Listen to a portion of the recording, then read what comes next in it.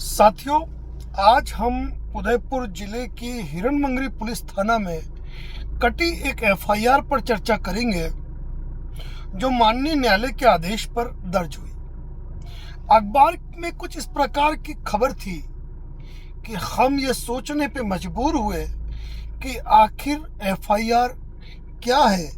जो अखबार में इस तरह की खबर आई, क्योंकि अखबार में ये लिखा था कि एक महिला ने 1.5 लाख का चेक दिया, सामने वाले व्यक्ति ने अपनी गाड़ी के कागज दिए और उसके पश्चात उसका पति गाड़ी लेकर रास्ते से जा रहा था। फाइनेंस कंपनियों वालों ने गाड़ी रोकी और गाड़ी पर कब्जा कर लिया। उस महिला ने उससे पैसे मांगे, उसने पैसे नहीं दिए, मुकदमा दर्ज हुआ। लेकिन साथियों, आज की तारीख में यह सोचना बहुत जरूरी हो जाता है कि क्या जो एफआईआर दर्ज होती है क्या उसका रियल कंटेंट वही होता है या उसके पीछे कुछ और कहानी है।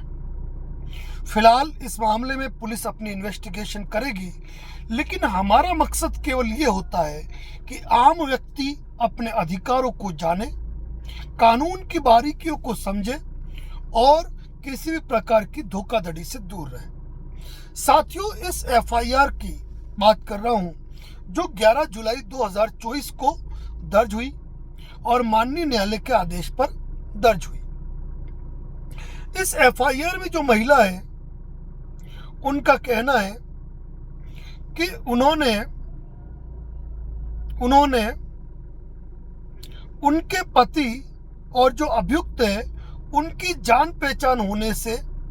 जो अभियुक्त है उसको जायज जरूरत रुपयों की आवश्यकता थी, तो उन्होंने उसको 1.5 लाख रुपए जरिए चेक दिए, जिसकी अभिस्वीकृति के रूप में अभियुक्त ने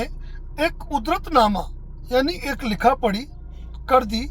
और रुपयों के भुगतान पेटे अपने स्वयं के स्वामित्व और आधिपत्य की ह्यूंडई क्रेटा कार और उसके असल दस्तावेज उन लोगों को दिए। साथियों, आपने आज तक ये सुना होगा कि किसी व्यक्ति ने रुपयों के भुगतान के लिए लिखा पढ़ी की, किसी व्यक्ति ने रुपयों के भुगतान के लिए चेक दिया, लेकिन यहाँ पहली बार आपने सुनेंगे कि 1.5 लाख की अदायगी के लिए कोई व्यक्ति 20 लाख की कार दे रहा है और कार भी दे रहा है और कार के ओरिजिनल डॉक्यूमेंट भी दे रहा है। इसके बाद आगे की बात आती है, तो इन लोगों ने मतलब जिसने एग्रीमेंट किया उसने कहा कि 1.5 लाख रुपए वो पुनः लौटा देगा और अपने गाड़ी का कब्जा वापस प्राप्त कर लेगा। उसके बाद उस व्यक्ति ने खुला कह दिया कि मेरे इस वाहन पर सुदर्शन फाइनेंस कंपनी से लोन ले रखा है और 1 महीना निकल गया, इन्होंने 1.5 लाख का तकाजा किया, वाहन वापस ले जाओ कहा, लेकिन वो व्यक्ति वाहन वापस नहीं ले गया। तब पर जो कंप्लेनेंट है उसके पति उस वाहन को लेकर किसी काम से सेवाश्रम तक गए और सुदर्शन फाइनेंस कंपनी के रिकवरी एजेंट ने गाड़ी रोककर कि इस गाड़ी की किस्तें बाकी है, वो गाड़ी ले ली और जिस कारण उपरोक्त वाहन हम अपने साथ ले जा रहे हैं, मतलब किस्तें नहीं भरी तो हम वाहन लेकर जा रहे हैं। और उसके बाद इन्होंने उस व्यक्ति से कांटेक्ट किया कि तुम हमारे 1.5 लाख रुपए दे दो। उस व्यक्ति ने इनके पति को जान से मारने की धमकी दी, 1.5 लाख रुपए हड़प लिए, गाड़ी चली गई और इन्होंने एफआईआर दर्ज कराई 420, 406 में और 506 में एफआईआर दर्ज हुई। अब साथियों, यहाँ पर एक बात क्लियर है, पूरी बात ये क्लियर है कि 1.5 लाख रुपए की राशि और उस 1.5 लाख रुपए की राशि के बदले में कोई व्यक्ति 20 लाख की ह्यूंडई क्रेटा कार गिरवी रखता है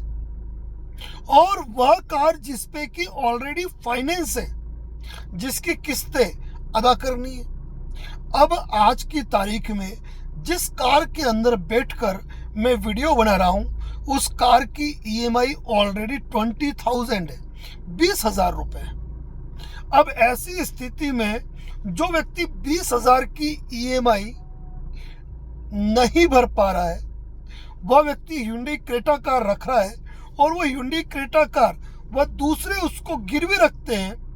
उस कार को गिरवी रखते हैं, जबकि वह बखूबी जानते हैं कि यह गाड़ी हायर एंड परचेज एग्रीमेंट के अंतर्गत ऑलरेडी हाइपोथिकेट है। यानी कि ये जानते हुए कि इस गाड़ी पर सुदर्शन फाइनेंस कंपनी ने लोन दे रखा है, कोई तीसरी पार्टी उस पर और पेमेंट ले देती है और उस गाड़ी के को अपने पास रखती है और उसकी लिखा पढ़ी करती है। साथियों, हायर एंड परचेज एग्रीमेंट के तहत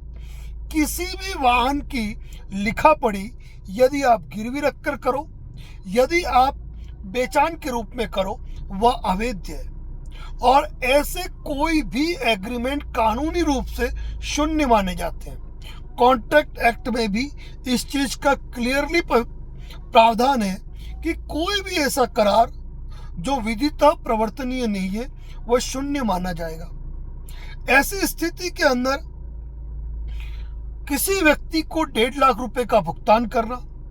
1.5 लाख रुपए के बदले में उस व्यक्ति का कार का रखना और उनका ये कहना कि किसी कारणवश हम इस कार को लेके जा रहे थे, मतलब कि आप उस गाड़ी को यूज भी कर रहे थे। साथियों, यहाँ पर हमारा ये वीडियो किसी एक पक्ष के लिए बिल्कुल भी नहीं है। हमारा वीडियो हमारे तमाम दर्शकों के लिए है, जिनसे हम यही कहेंगे कि यदि कोई भी गाड़ी, कोई भी व्हीकल, कोई भी प्रॉपर्टी जो already hire and purchase agreement पर है, यानी कि जिस पर लोन चल रहा है, जिसकी किस्तें चल रही है, जिस पर बैंक या एनबीएफसी कंपनी का हाइपोथिकेशन है, मॉर्गेज है, ऐसे वाहन को आप कभी भी खरीदो या गिरवी रखो या कुछ भी कर लो, ऐसे कोई भी करार, कोई भी लिखा पढ़ी शून्य होगी और इस प्रकार का काम करते हैं तो दोनों ही पक्ष अपराध करते हैं। और यहाँ पर ऑलरेडी चेक देने वाली पार्टी को भी ये बात मालूम थी, ये गाड़ी ऑलरेडी फाइनेंस पे है तो हम इसे गिरवी कैसे ले सकते हैं। साथियों, इन्वेस्टिगेशन होगी, बातें जो भी है सामने आएगी। फिलहाल हमारे देश की जनता को,